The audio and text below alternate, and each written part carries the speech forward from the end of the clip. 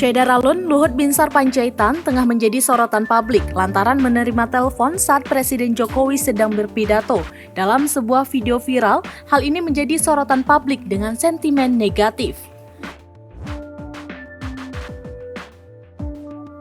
Peristiwa itu terjadi saat Jokowi meresmikan kawasan Pelabuhan Aji Bata, Kabupaten Toba, Sumatera Utara pada Rabu 2 Februari 2022 lalu.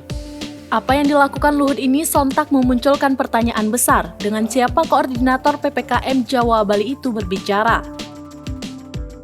Juru bicara Kemenko Marves mengatakan, saat itu Luhut sedang menerima telepon dari Menteri Kesehatan Budi Sadikin.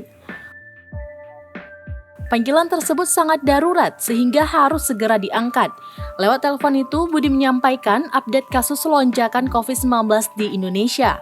Ada dua laporan yang diterima Luhut, pertama soal pembelajaran tatap muka atau PTM dan evaluasi PPKM di Jawa dan Bali. Hal tersebut harus segera dilakukan agar laporan tersebut bisa segera disampaikan kepada Presiden Joko Widodo, sehingga tindakan pencegahan COVID-19 dengan segera dapat diambil. Video yang viral tersebut merupakan potongan video dari YouTube Sekretariat Presiden yang diunggah saat Jokowi meresmikan pelabuhan di Toba, Sumatera Utara.